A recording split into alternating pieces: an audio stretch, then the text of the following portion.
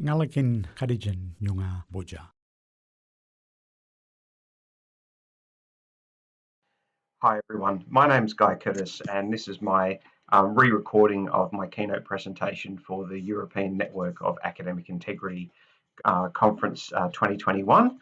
My presentation title, Evolving an Understanding of Academic Integrity, is really about my personal journey of coming from a point of ignorance about academic integrity when I was a student myself to being someone who regularly conducts research in academic integrity and how I've come to that point, some of the things along the way that have influenced my understanding of academic integrity, and some of the personal stories around how I came to undertake some of the research that I've undertaken.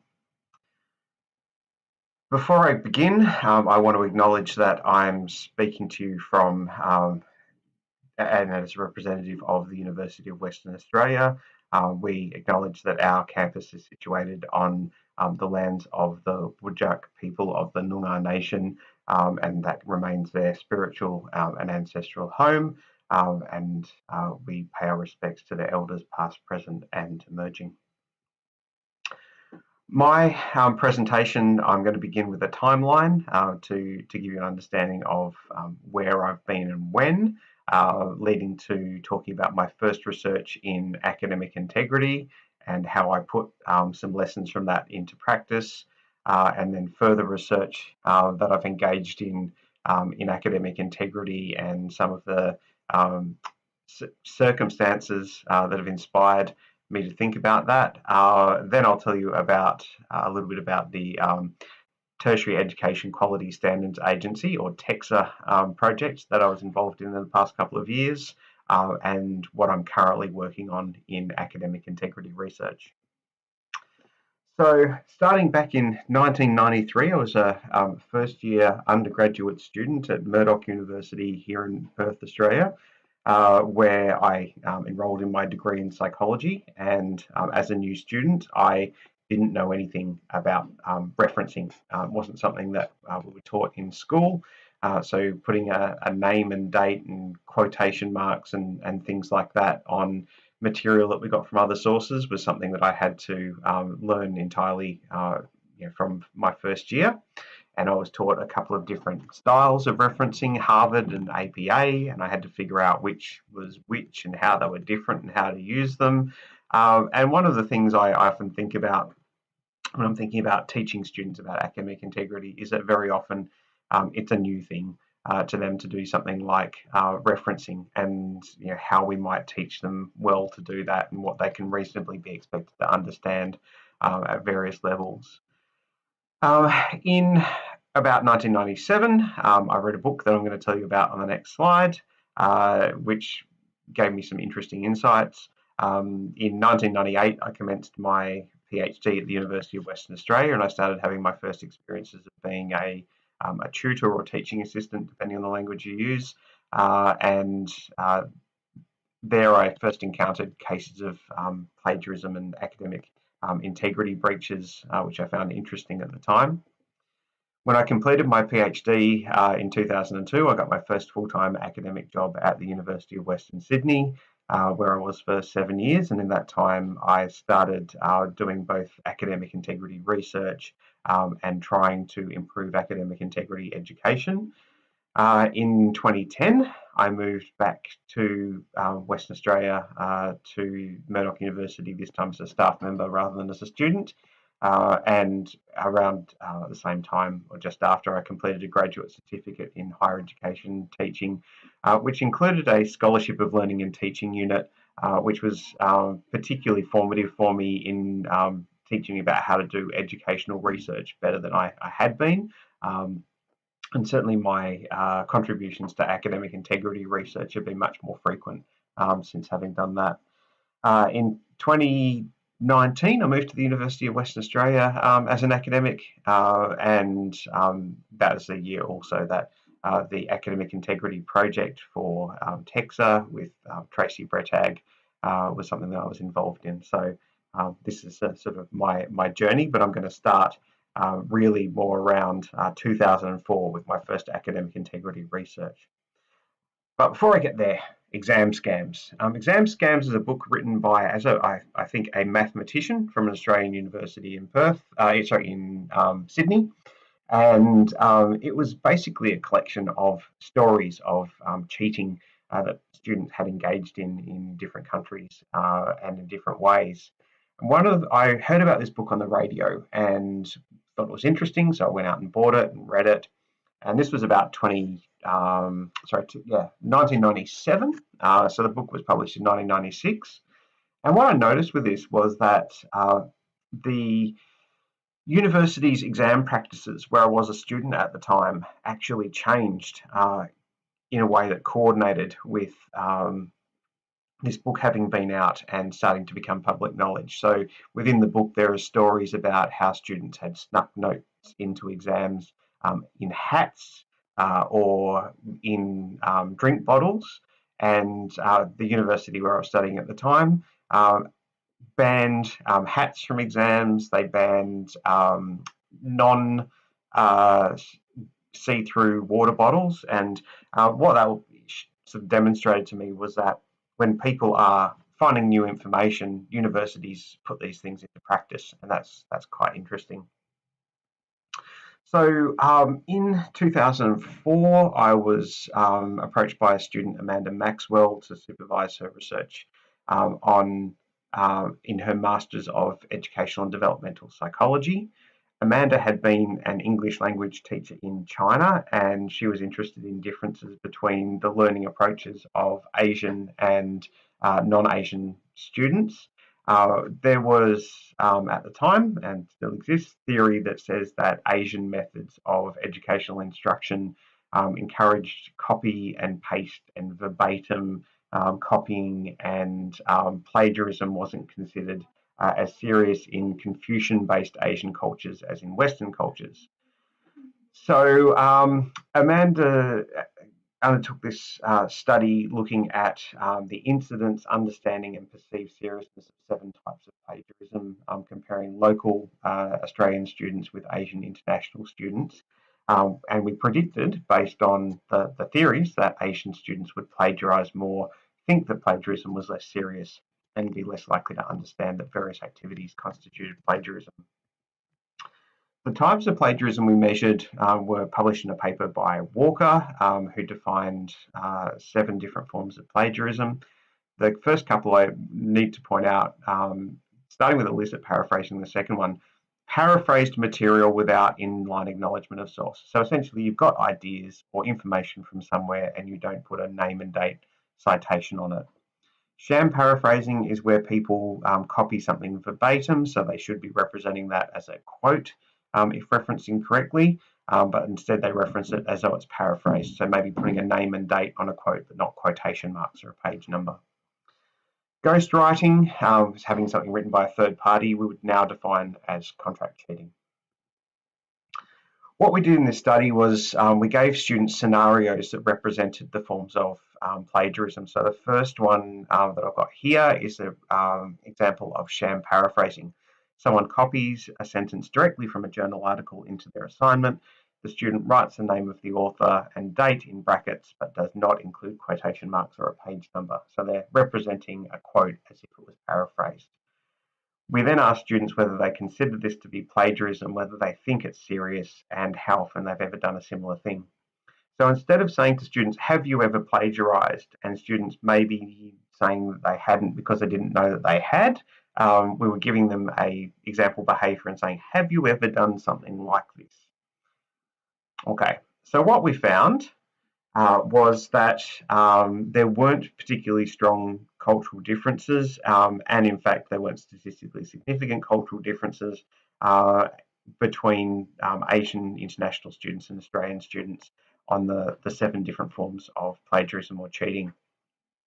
What we also noticed was that more than half of students, in fact nearly 2/3 of students, engaged in sham paraphrasing and illicit paraphrasing, which was interesting and concerning. Next, looking at understanding of these things, sham paraphrasing was only understood as a problem by under 1/3 of students. In addition, illicit paraphrasing was understood by about 2/3 of students. The things that students weren't doing very much of, including verbatim copying, purloining, were very well understood. Also, sham paraphrasing wasn't considered to be very serious. Neither was illicit paraphrasing as compared with some of the other forms of plagiarism. One thing that's consistently low, both not done very much and not understood very well and not considered very serious, was recycling. Recycling is where students submit the same work or assignment in multiple classes for credit, and why that seems to be low frequency, even though it wasn't well understood, is because it's not often that students get an assignment that's equally similar that they can submit the same thing twice. Nonetheless, there was a really clear lesson here for me, which was that the things that students didn't understand very well, or the things that students didn't consider to be very serious, were the things that they were more likely to do. And so, as a concerned educator, what I was then thinking about immediately was, well, how do we get students to better understand plagiarism? Can we give them more information? Can we teach them better than how they're being taught? And can we reinforce to students that these things are in fact serious and they should be treating them seriously? So with this newfound knowledge of there being students not doing the things that they didn't understand very well or didn't consider serious, I first started by creating some support resources for the students that I was teaching. In particular, I was coordinating first year psychology units of around 1,000 students. And so I provided an online resource that I called the Referencing and Plagiarism Frequently Asked Questions Guide, which gave definitions of plagiarism, talked about why plagiarism was important to avoid, and gave students information on how to reference properly. Through that period, I had a conversation in a hallway with a colleague, as you do, who suggested that we were not making very good use of competency-based or mastery-based assessment, where students engage in some kind of learning over and over again until they get it perfectly right. That we weren't doing very much of that within psychology. And I thought that kind of task would be a good thing to teach academic integrity and referencing skills. So this led to me over time trying out various forms of mastery tasks to teach academic integrity and referencing. In addition, in 2009, I had a student approach me for supervision in the Master of Educational and Developmental Psychology program, and having 5 years earlier conducted a study of plagiarism, I thought it was a good time to be conducting that study again to see if anything had changed. And so there was one new study that I undertook in about that time as well. The mastery tasks that we're using, I started in first year psychology classes with in-class activities that students were doing in their tutorial or lab classes, where they had a tutor instructing them. That was fairly inefficient. I then tried some online activities that students could take over and over again until they got them right in their third year classes, and in particular getting them to understand bits of referencing in third year that students I had seen in previous years were typically getting wrong. In that period, my friend Helen Correa had taken over first year teaching at University of Western Sydney, and she had made mastery and competency-based modules for teaching referencing and academic integrity in a well-developed series online within the first year unit. And Helen then subsequently shared those with me when I moved to Murdoch University for me to include in first year teaching at Murdoch University in psychology, and we studied that to see if they were working. One of the early hints that they were working was when I was teaching students at Western Sydney University who had referenced particularly well in their assignment, and I mentioned this to them, and they said, yes, we all can reference really well because we did the referencing tasks in our first year. We found it really hard at the time. We didn't really like it at the time, but we can all reference. So when we implemented these at Murdoch University, which was about 2011, I got a measure of those 7 different forms of plagiarism in the previous surveys at the start of the year for the first year students, and then at the end of their first semester, after they had done the mastery tasks. And one of the things we found was that those who understood all 7 different forms of plagiarism had doubled from 25 to over 50%. That was really encouraging. The one thing that really dragged that down was recycling, and we realised later that we hadn't included teaching about recycling in those tasks. Also, the students who had undertaken the task in their first year showed a better overall understanding of academic integrity or forms of plagiarism than students who were second year students who hadn't undertaken that activity. So it seemed to be quite a good proof of concept that teaching students with mastery-based tasks, their academic integrity and referencing skills worked pretty well. In around 2013, I realised that it was coming up to another 5 years since I had last run a survey on academic integrity at Western Sydney University. But by that time I was at Murdoch, and so I thought I should see if I could get a colleague to help me out to run it again at Western Sydney. So I got back in touch with Lucia Vardaniga, who had co-supervised Amanda Maxwell with me, and asked if she could potentially run the survey again in 2014. So that's what we did. At that point, then we had 3 studies, each one 5 years apart, over in total a 10-year period. What we found when we started to look at the patterns emerging out of that data was a consistent downward trend in student engagement in plagiarism. So this is a percentage of students engaging in various forms of plagiarism at least once.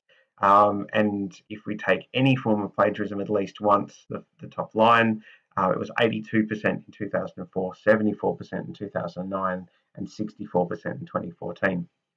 So that looked to be consistently going downwards, and that in itself was quite interesting. In around 2016 and 17, I had a chance reconnection with Jo Clare, who's in the bottom right-hand corner of the screen. Jo and I had both been PhD students around about the same time in psychology at the University of Western Australia. Jo went on to specialise in criminology, and he had come to Murdoch University, where I was working at the time as a criminology academic.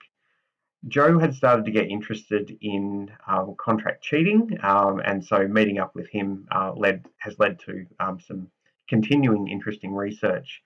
Around about the same time, the man pictured in the top left-hand corner, Peter Jonassen, applied for a job at Murdoch University as well, and I started to become familiar with his psychology work on what's called the dark triad of personality, and additional work that he was doing, which I'll explain as we go a bit later on. Also around that same time, I happened to be reminded of a theory I was taught as an undergraduate about how attitudes and behaviour connect with each other, called the theory of planned behaviour.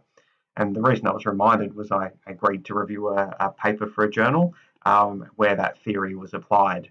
And I started to think about how that theory could inform prediction of engagement in academic misconduct behaviours like plagiarism and cheating. So Jo Clare had presented his work to a reading group that I was a part of on his work on contract cheating. And Jo said that essentially from a criminology perspective, most crime is committed by a small number of people, whereas most people don't engage in any form of crime. And he thought that serious unethical behaviour like contract cheating might be quite analogous to that, where people who do it tend to do it a lot, and people who don't do it tend not to do it at all. And he said, I think that's what happens, but I don't have the data. And I said, aha, well, I think I do have the data, because The survey I've used on us about ghostwriting in 2004, 9 and 14 by that point. Also asked people how frequently they've done it. Now, we only were ever looking at whether they'd done it at all. We didn't really look at that frequency measure. But when we did, what we found was that on average of the 3.5% of students who admitted engaging in contract cheating, most of them admitted to having done so more than once. So it did seem to fit that pattern that you see in serious unethical and criminal behaviour. The theory of planned behaviour had got me thinking about why students engage in plagiarism and cheating, and how we could apply that theory to predict that. So the theory of planned behaviour would say that attitudes, how you feel about a topic, perceived norms, so what you think is generally common behaviour, and perceived behavioural control, that is how much you think you can do something, will combine to predict our intentions, would predict our behaviour. Of course, at the time, because I was working a lot with Joe Clare, I was starting to think about criminology theories as well, and the general theory of crime says that self-control, which is your ability to kind of stop yourself from doing things, is important to predicting unethical behaviour. So what I thought might be worth looking at is whether, instead of perceived behavioural control, you thought that you can do something, whether self-control, you thought that you can stop yourself from doing something, would fit within the theory of planned behaviour to predict engagement in plagiarism. So very simply, instead of subjective norms, attitudes, and perceived behavioural control predicting intentions to plagiarise and plagiarism behaviour, we swapped in self-control instead of perceived behavioural control for a first study, and found that indeed this provided a statistically good fitting model to predict plagiarism behaviour. That if we know what students perceive as normal behaviour, what their attitudes are, and the extent of their level of self-control, we can get a reasonably good prediction of their engagement in plagiarism behaviour. A second study that's published in the same paper as this one, we looked at extending this work a little bit and looking at extending the predictors of plagiarism behaviour. So self-control, as I said, is our ability to kind of stop ourselves from doing something, whereas perceived behavioural control is our perception that we can do something. Those are different things, so adding them together might give us more prediction of what people do. In addition, subjective norms, what we think is other people are doing, tends to break down into two different types as well.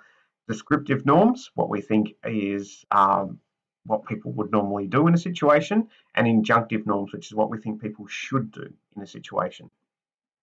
And I've been working on a bit of research where that distinction was made, so the Locke et al. Paper got cited here. And so I was thinking about, well, can we make that distinction in predicting plagiarism behaviour? So the second study that's in one of my papers talks about looked at whether descriptive norms, injunctive norms, attitude, self-control, and perceived behavioural control could predict intentions and therefore subsequently plagiarism behaviour. What we found was that this was a reasonably good fitting model with or without direct relationships between self-control, perceived behavioural control, and plagiarism behaviour. But it wasn't a great statistically fitting model, and wanting to know how best we could apply information that we found here to potentially preventing plagiarism in the future, we wanted to look for a statistically best fitting model.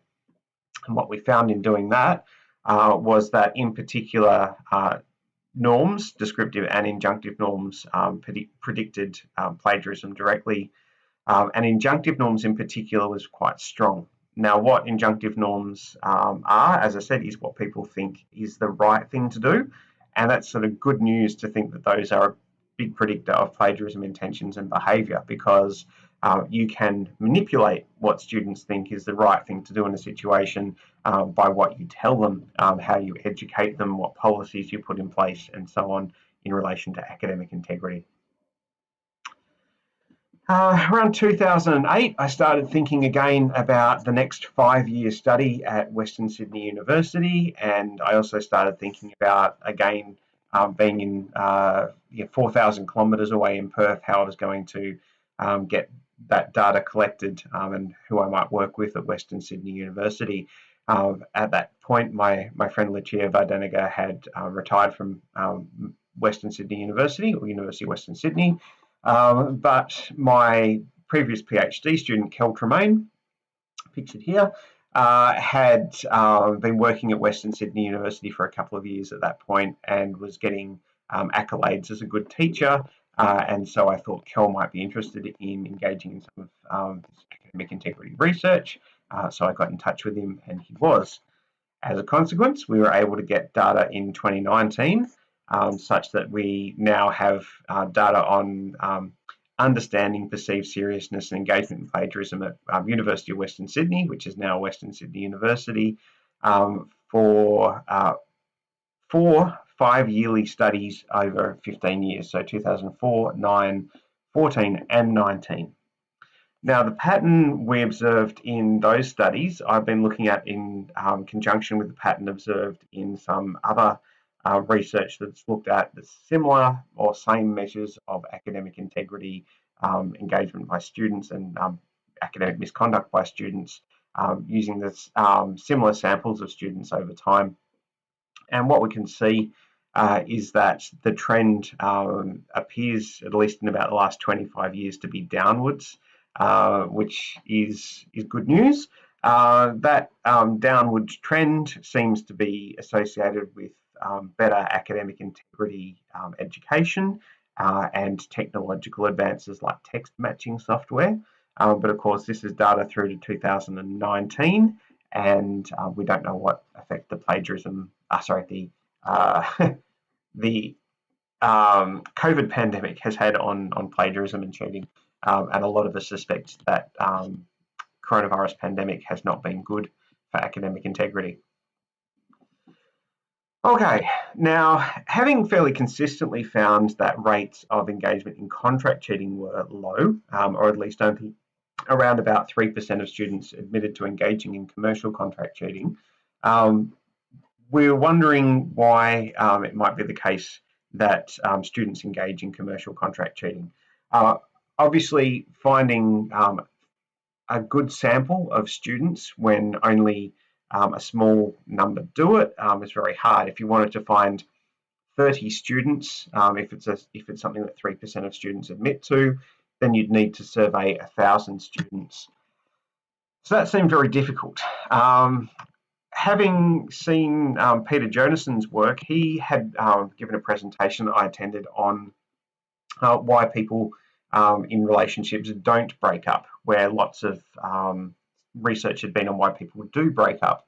And so I thought it would be interesting to flip this question around on contract cheating to why students don't cheat, because then we can look at, get a lot more students who are actually fit in that basket of those who don't cheat. Jo Clare and I were very lucky to be able to work with a student, Kiara Rundle, who was still supervising in her PhD at the time for her honours research. Kiara had studied a double degree or double major in psychology and criminology, so she was interested in the overlap between the two areas, and ended up being the perfect student to work on this question of why students do not engage in contract cheating. What we did for this survey was look at literature and focus groups and other things to come up with some reasons why students may not cheat, which included a lack of opportunity to cheat, fear of detection or punishment, motivation to learn, having good time management, considering it immoral, things like that. So we constructed a questionnaire to ask students about those things. We were also interested in whether different kinds of students had different reasons for not cheating. And again, thinking about Peter Jonassen's work on the dark triad of personality, the traits of Machiavellianism, narcissism, and psychopathy. These are traits that are associated with more tendency to selfish and immoral behaviour.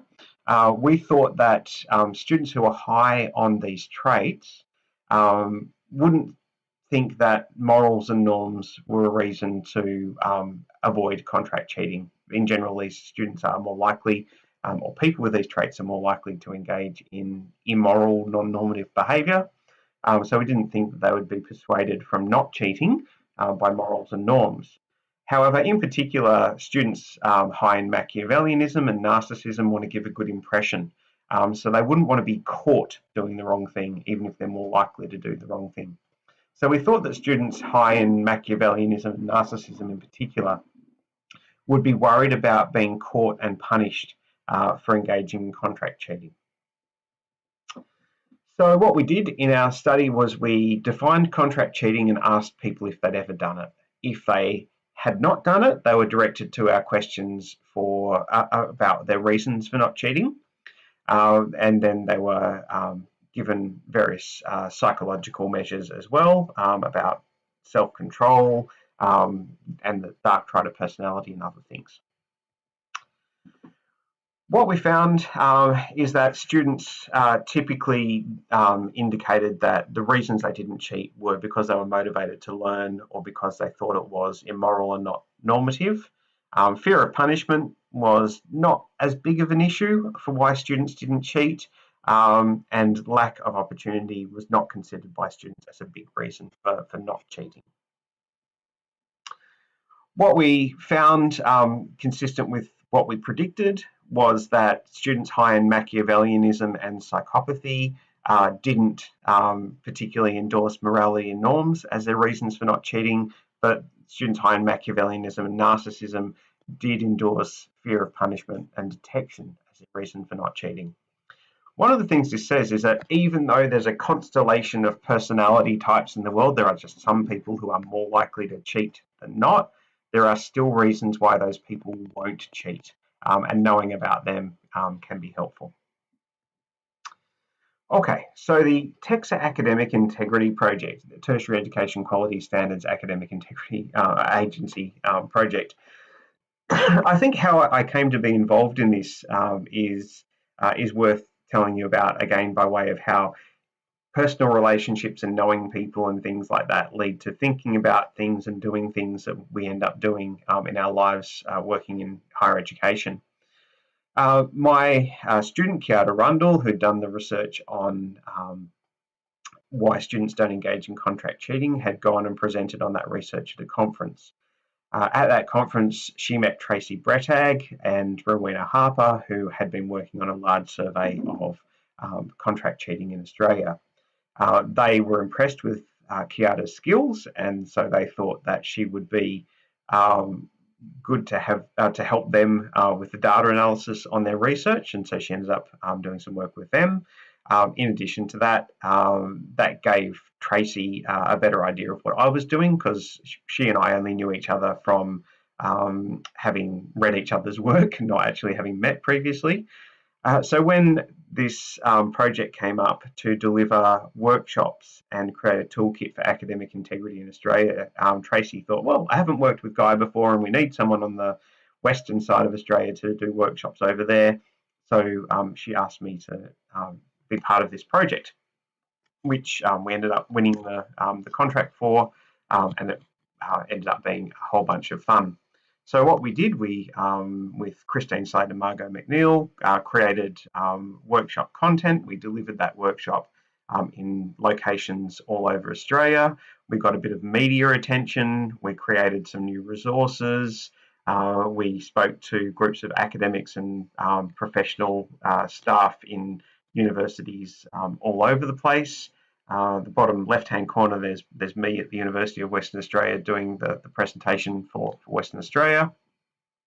Top right-hand corner, we have Margot and Christine in New Zealand. And what we did as we did this project was look at whether it improved the participants' knowledge of academic integrity and,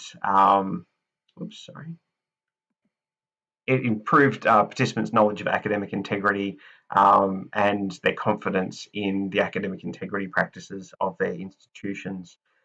So we wrote up this paper in this study, which you can find if you're interested. But in general, what we found was the things that we were trying to tell people about in these workshops, they were more aware of by the end of the workshops, and their confidence in their institution's approach to academic integrity was a little bit better on some issues, but not all issues, as a result of participation in the workshops.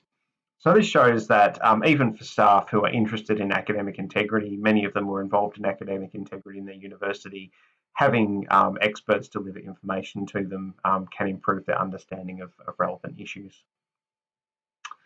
The Academic Integrity Toolkit, we were asked to include particular kinds of content by TEXA. What we did was we looked at existing resources that we knew about to include. We created some new resources. We sourced some other resources from people, such as getting people to write case studies about their good practice. And then we made sure that we included information that people who had attended the workshops wanted to know about, and people who were engaged in academic integrity in Australia wanted to know about.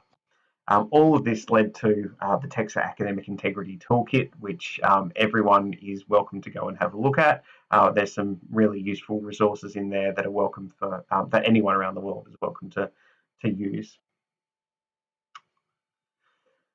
So what I'm up to now is more in continuing research, where in many cases I'm looking at psychological issues related to academic integrity, whether it's negative emotions, the factors that predict plagiarism, that dark triad of personality, and its relationship to academic integrity, but also some other things. So I'm now very much engaged in academic integrity research on lots of different topics. Some of these, a couple of these are published, a couple of these are submitted, and a couple of these are nearly completely written up and ready to go out to journals. So I'm hoping to have more interesting information about academic integrity to share with everyone in the sector and with an interest in this topic as we go forward. So this being a re-recording of my keynote, I don't have questions, so I will just simply end there and say thank you for listening to the recording.